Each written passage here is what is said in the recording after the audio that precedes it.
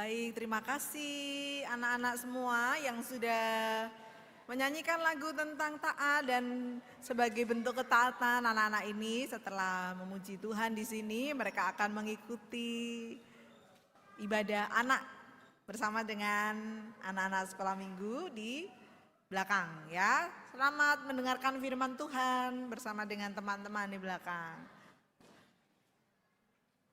Silakan para orang tua boleh menempati kursinya anak-anak ini supaya duduknya lebih nyaman mungkin ya. Tadi sepertinya agak terlalu sesak ya duduknya ya. Mari boleh. Enggak maju ke depan.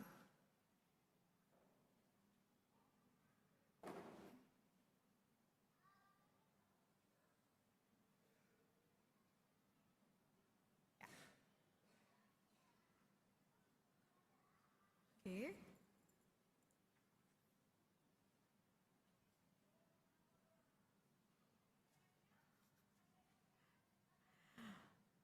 Mari kita bersama mempersiapkan diri kita untuk mendengarkan firman Tuhan. Mari kita berdoa.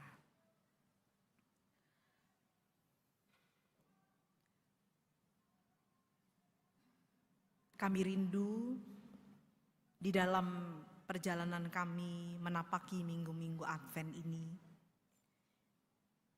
kami dapat merasakan sentuhan sabda Tuhan yang diperdengarkan bagi kami. Dan kami dapat meresponsnya dengan tepat. Dan hidup kami dapat dibentuk, didandani dan dibaharui seturut dengan sabda Tuhan yang diperdengarkan bagi kami semua. Tolonglah kami Tuhan, supaya kami dapat memberi telinga atas sabda-Mu yang hendak disampaikan. Melalui kami yang adalah alat di tangan Tuhan. Melalui setiap kami yang bertugas, yakni sebagai lektor, pemazmur, juga hamba-Mu yang Kau pakai memberitakan.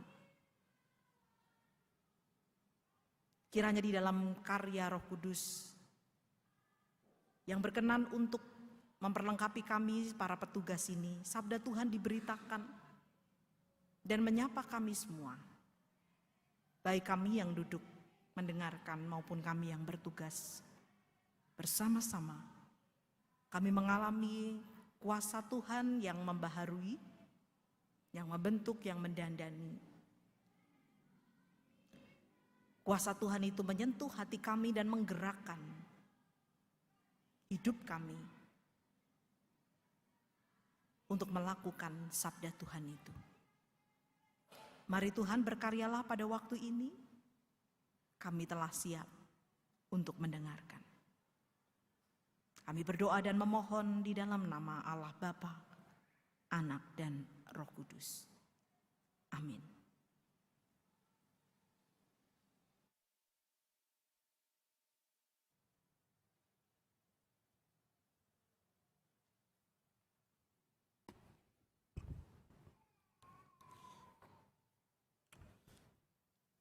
Bacaan yang pertama terambil dari kitab Yesaya 40 ayat 1 sampai 11. Yesaya 40 ayat 1 sampai 11. Hiburkanlah umatku, demikian firman Allahmu.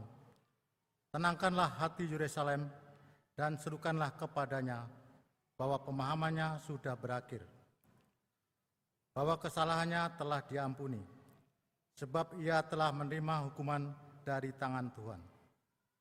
2 kali lipat karena segala dosanya. Ada suara yang berseru-seru, persiapkanlah di padang gurun jalan untuk Tuhan. Luruskanlah di padang belantara jalan raya bagi Allah kita. Setiap lembah harus ditutup, dan setiap gunung dan bukit diratakan. Tanah yang berbukit-bukit harus menjadi tanah yang rata, dan tanah yang berlekuk-lekuk menjadi dataran. Maka kemuliaan Tuhan akan dinyatakan, dan seluruh umat manusia akan melihatnya bersama-sama. Sungguh, Tuhan sendiri telah mengatakannya. Ada suara yang berkata, "Berserulah." Jawabku, "Apakah yang harus kuserukan?" Seluruh umat manusia adalah seperti rumput, dan semua semaraknya seperti bunga di padang. Rumput menjadi kering, bunga menjadi layu. Apabila Tuhan mengembuskannya dengan napasnya, sesungguhnya lah bangsa itu seperti rumput. Rumput menjadi kering, bunga menjadi layu, tetapi firman Allah kita tetap untuk selama-lamanya. Hai Sion, pembawa kabar baik, naiklah ke atas gunung yang tinggi. Hai Yerusalem, pembawa kabar baik, nyaringkanlah suaramu, kuat-kuat nyaringkanlah suaramu, jangan takut. Katakanlah kepada kota-kota Yehuda, lihat, itu Allahmu, lihat, itu Tuhan Allah, Ia datang dengan kekuatan dan dengan tangannya Ia berkuasa. Lihat, mereka yang menjadi upah jerih payahnya ada bersama-sama Dia, dan mereka yang dipilihnya berjalan di hadapannya. Seperti seorang gembala, Ia mengembalakan kawanan ternaknya dan menghimpunkannya dengan tangannya. Anak-anak domba di pangkunya, induk-induk domba dituntunnya dengan hati-hati. Demikian firman Tuhan. Syukur pada Allah.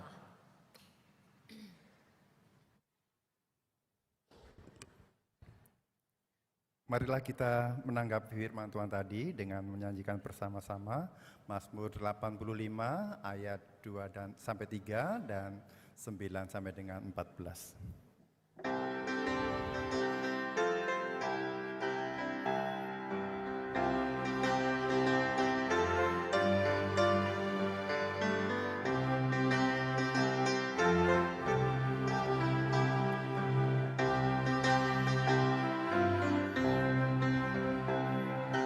Kau telah berkenan pada tanahmu Tuhan, Kau pulihkan keadaan Yakub. Kau telah ampuni kesalahan umatmu, tutupi semua dosa mereka. Kau telah berkenan pada tanahmu Tuhan, Kau pulihkan keadaan Yakub. Kau telah ampuni kesalahan umatmu, tutupi semua dosa mereka. Aku mau dengarkan yang difirmankan Allah. Bukankah Dia ingin bicara tentang damai pada umat dan semua yang dikasihinya, agar tak kembali pada kebodohan. Sungguh keselamatan yang daripadanya dekat ke mereka yang takut akan Dia. Maka kemuliaan Tuhan akan berdiam terus di negeri kita. Kau telah berkenan pada tanahmu Tuhan, Kau pulihkan keadaan Yakub. Kau telah ampuni kesalahan umatmu, tutupi semua dosa mereka.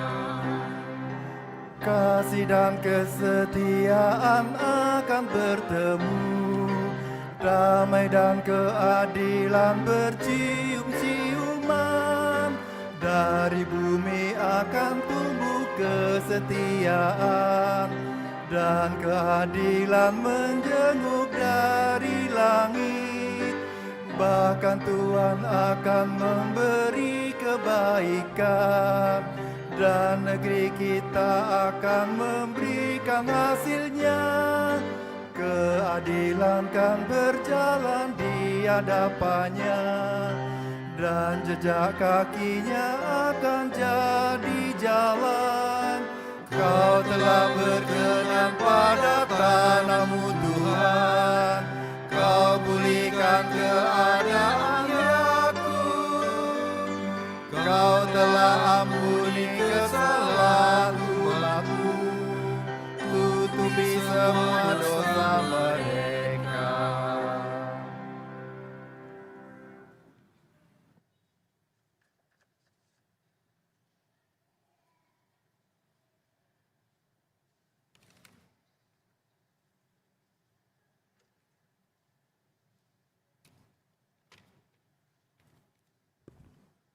Bacaan kedua terambil dari kitab 2 Petrus 3 ayat 8 sampai 15. 2 Petrus 2 ayat 3 2 Petrus 3 ayat 8 sampai 15.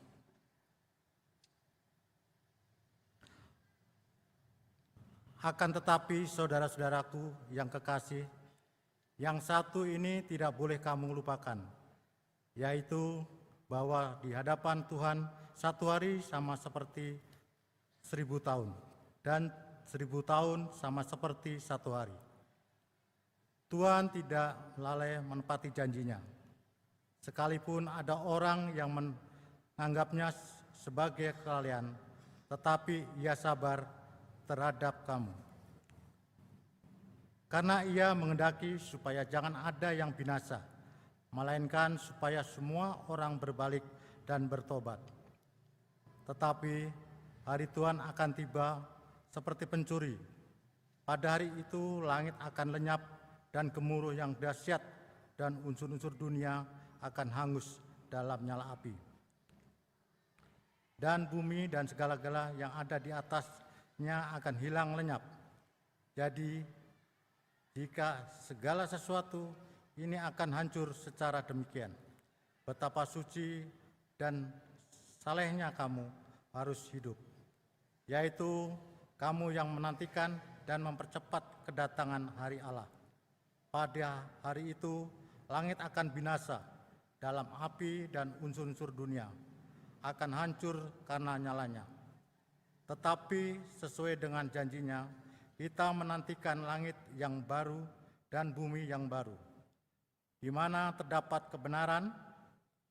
Sebab itu, saudara-saudaraku yang kekasih, sambil menantikan semuanya ini, kamu harus berusaha supaya kamu kedapatan tak bercacat dan tak bernoda di hadapannya. Dalam perdamaian dengan Dia, anggaplah kesabaran Tuhan kita sebagai kesempatan bagimu untuk peroleh selamat. Seperti juga Paulus, saudara kita yang kekasih, telah menulis kepadamu menurut hikmat yang dikaruniakan kepadanya. Demikian firman Tuhan. Syukur kepada Allah.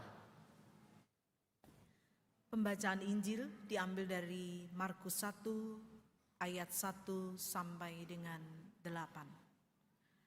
Markus 1 ayat 1 sampai 8. Inilah permulaan Injil tentang Yesus Kristus anak Allah. Seperti ada tertulis dalam kitab Nabi Yesaya. Lihatlah, aku menyuruh utusanku mendahului engkau. Ia akan mempersiapkan jalan bagimu. Ada suara orang yang berseru-seru di padang gurun. Persiapkanlah jalan untuk Tuhan. Luruskanlah jalan baginya. Demikianlah Yohanes Pembaptis tampil di padang gurun dan menyerukan, bertobatlah dan berilah dirimu dibaptis, dan Allah akan mengampuni dosamu. Lalu datanglah kepadanya orang-orang dari seluruh daerah Yudea dan semua penduduk Yerusalem, dan sambil mengaku dosanya, mereka dibaptis di sungai Yordan. Yohanes memakai jubah bulu unta dan ikat pinggang kulit, dan makanannya belalang dan madu hutan. Inilah yang diberitakannya. Sesudah aku akan datang Ia yang lebih berkuasa daripadaku. Membungkuk dan membuka tali kasutnya pun aku tidak layak.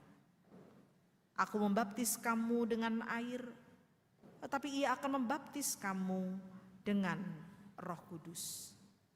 Demikianlah Injil Yesus Kristus. Yang berbahagia ialah mereka yang mendengarkan firman Tuhan dan yang memeliharanya. Maranatha. Maranatha, Maranatha, Maranatha.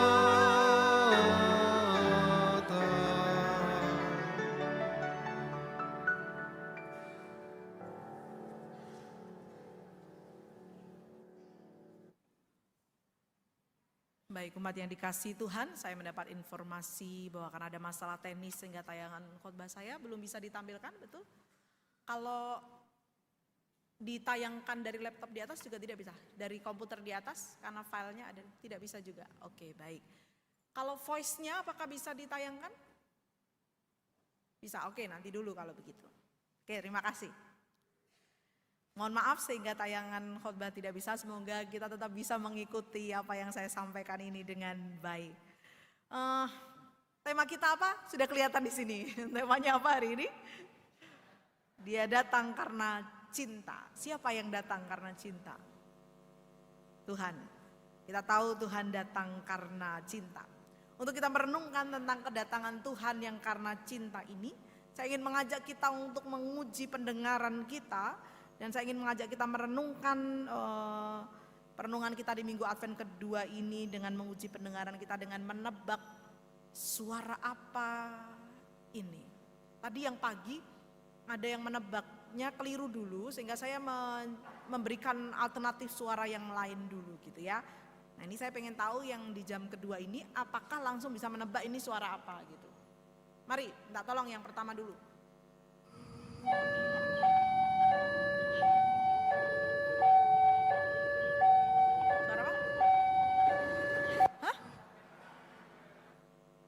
Bu Mariana bilang ambulans, jadi mesti yang kedua dulu, yang kedua.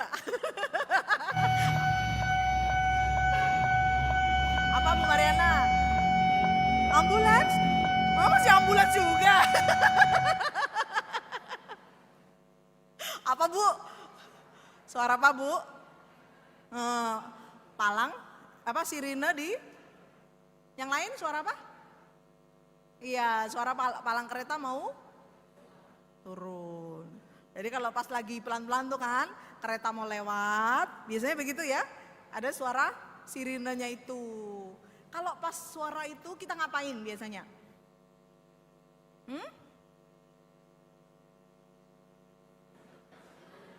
Ngapain Bu? Bu Sri ngapain?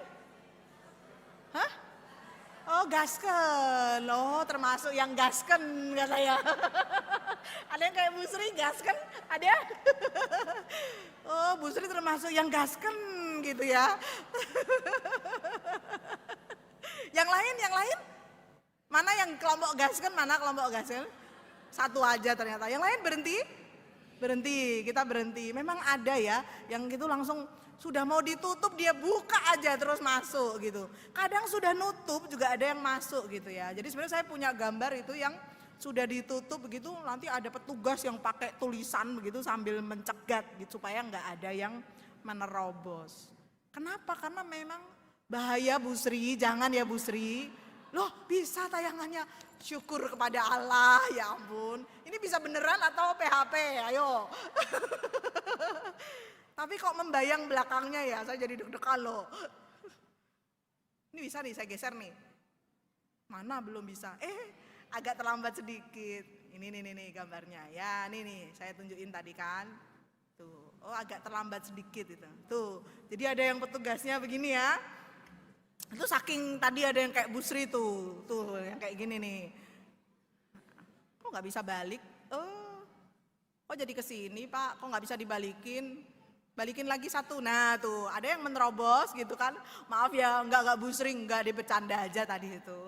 Jadi karena ada yang suka menerobos itu sehingga ada yang kemudian sampai begini. Jangan lewat. Itu berbahaya. Suara itu memperingatkan kita, biasanya dari jauh kita sudah dengar. Memperingatkan kita untuk berhenti. Karena berbahaya menerobos palang kereta itu. Nah, pembacaan firman Tuhan hari ini juga bicara tentang suara.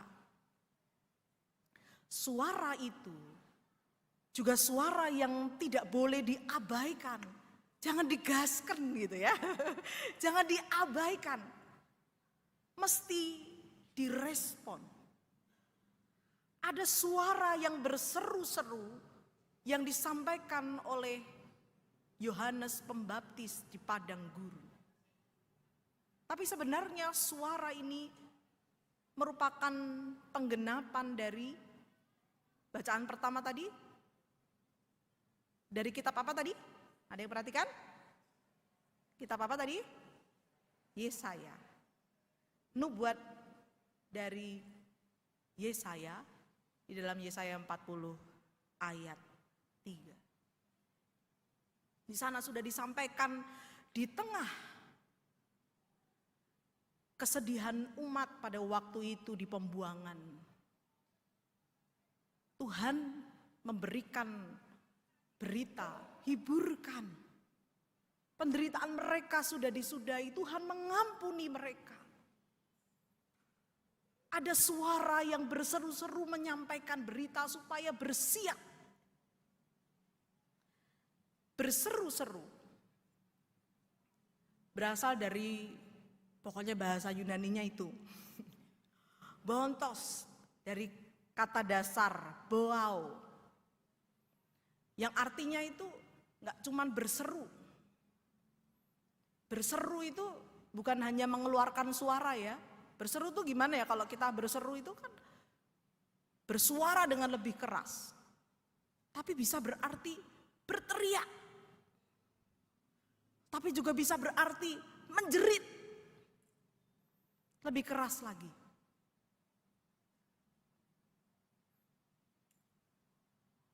Mengapa mesti berseru? Kenapa kok enggak suaranya pelan? Sirine itu, tadi yang pertama tadi suaranya itu suara di daerah gitu ya.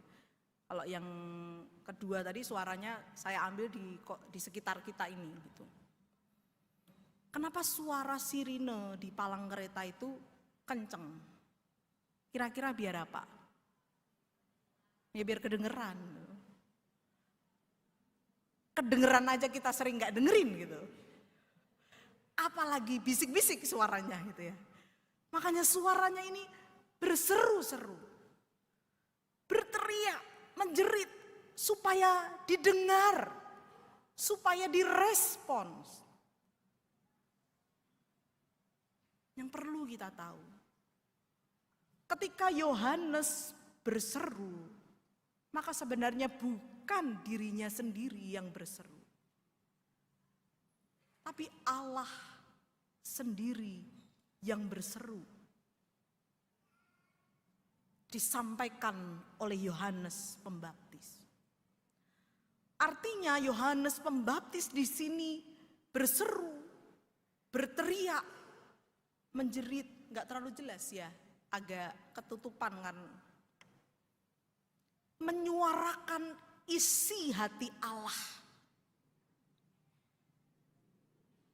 Isi hati Allah itu seperti apa? Isi hati Allah yang mengajak orang untuk ayo bersiap. Menyambut kedatangan Yesus. Yesus datang. Bukan membawa hukuman. Tetapi membawa pengampunan dan keselamatan. Ayo bersiap. Seperti tema kita hari ini. Yesus Kristus, Anak Allah yang datang karena cinta. Itu rindu. Supaya manusia siap menyambut kedatangannya. Dalam bacaan kita yang kedua. Dalam 2 Petrus 3 ayat 9 dikatakan. Tetapi ia sabar terhadap kamu karena ia mengendaki supaya jangan ada yang binasa, melainkan supaya semua orang berbalik dan bertobat. Jadi isi hati Allah sehingga dia berseru, berteriak, menjerit itu. Karena dia rindu sebenarnya semua orang berbalik dan bertobat. Kembali kepadanya.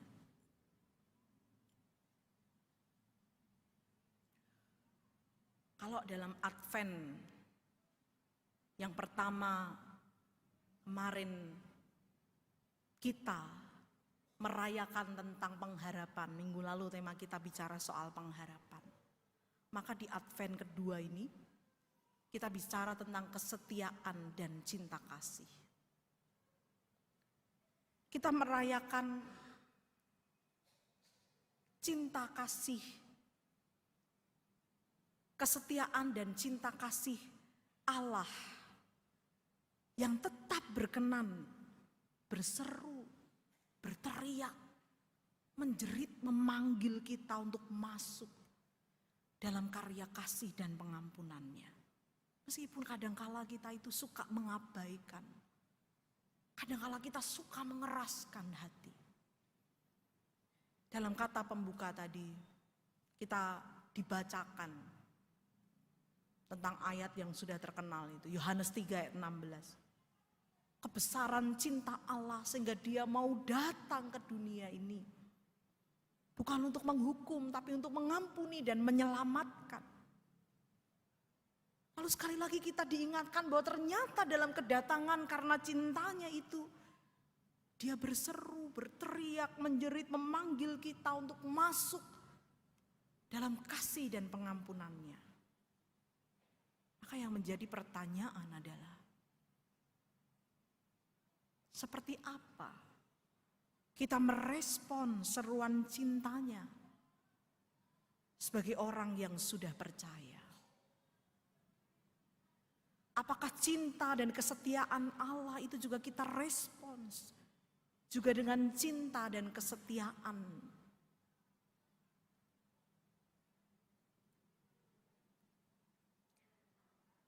Yohanes tentu mengajarkan yang direspons bukan mengabaikan. Seperti orang yang mengabaikan suara sirine di palang kereta dan kemudian menerobosnya.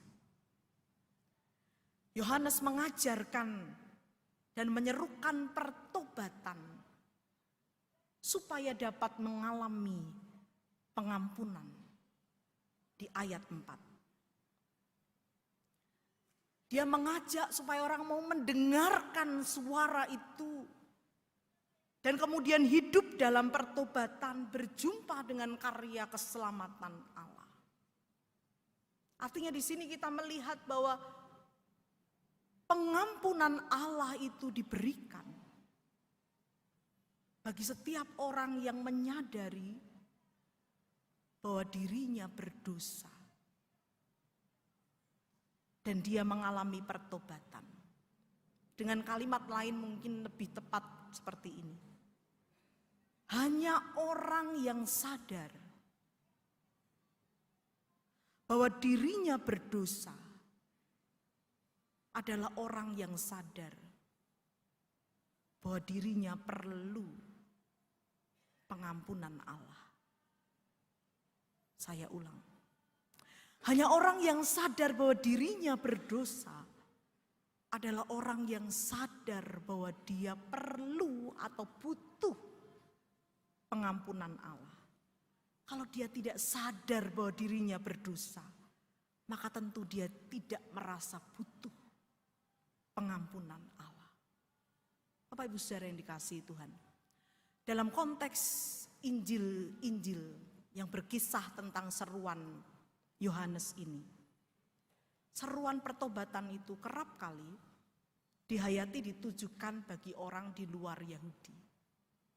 Jadi kalau orang Yahudi karena sudah benar merasa, oh tidak perlu bertobat.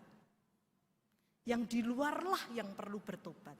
Tapi menarik, ketika Yohanes menyerukan seruan pertobatan ini, yang ditujukan bagi semua orang, hasilnya adalah banyak orang bertobat, termasuk orang Yahudi. Kalau kita mencermati pada ayat 5 dalam bacaan Injil dikatakan, lalu datanglah kepadanya orang-orang dari seluruh daerah Yudea dan semua penduduk Yerusalem, dan sambil mengaku dosanya mereka dibaptis di sungai Yordan. Apa artinya? Artinya pertobatan di sini berlaku bagi kita semua. Orang-orang yang sudah percaya terus memerlukan hidup dalam pertobatan.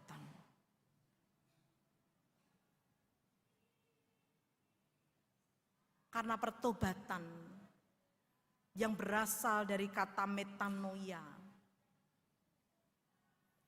artinya berpaling dari dosa. Semoga kelihatan karena di saya kok nampak kurang jelas. Berpaling dari dosa. Kalau dosa tadinya di sana dia berpaling dari dosa. Tapi juga bermakna proses atau perjalanan mengubah pikiran, batin, dan cara hidup. Dia sebuah proses, sebuah perjalanan mengubah pikiran, batin, dan cara hidup. Sehingga pertobatan ini terjadi terus-menerus di sepanjang hidup kita.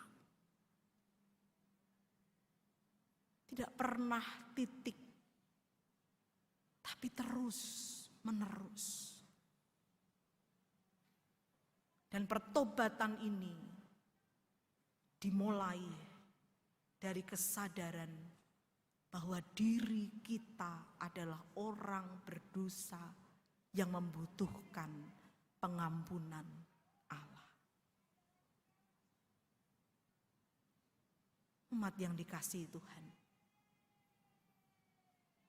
mari kita memahami bahwa pertobatan tidak hanya terjadi sekali, tapi proses sepanjang hidup yang berangkat dari kesadaran bahwa kita orang berdosa yang selalu memerlukan pengampunan Allah. Seperti apa secara praktis itu kita hayati dalam keseharian? Ada do's sama don'ts-nya yang kita mesti praktekkan dan hidupi. Ini contoh-contohnya. Kira-kira seperti ini do's dan don'ts-nya yang harus kita lakukan. Kalau kita menghayati bahwa kita hidup dalam pertobatan, yang pertama adalah do's-nya adalah kita mesti menyelidiki hati setiap waktu. Kita meneliti hati kita. Telisiklah jauh ke dalam hati kita. Jujur dengan hati kita. Yang don adalah jangan merasa diri sudah benar. Yang selalu harus kita lakukan dalam menyelidiki, meneliti hati kita setiap waktu. Lalu kemudian yang kedua, kita harus selalu memiliki kesadaran bahwa saya ini harus selalu bertobat. Yang artinya tadi proses, perjalanan. Mengubah cara berpikir, sikap hati, dan seterusnya. Lalu yang tidak boleh adalah kita berpikir orang lain yang perlu bertobat sementara kita tidak perlu. Itu sesuatu yang harus kita hilangkan dari diri kita. Lalu berikutnya yang harus selalu kita sadari dalam diri kita adalah saya ini bisa salah karena saya manusia biasa.